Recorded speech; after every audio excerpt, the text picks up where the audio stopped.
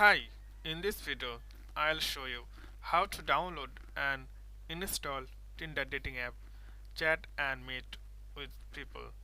So first of all, you need to go Google Play Store if you use Android phone and go to App Store if you use iPhone. So then I'm just going to open my Google Play Store app. You can do it on your smartphone. So type here the word Tinder dating app. So here you can see the app is Tinder dating app, chat and date. So the quick overview, you can see 4.2 ratings out of 5, 7.83 million reviews, 100 million plus people already use this app.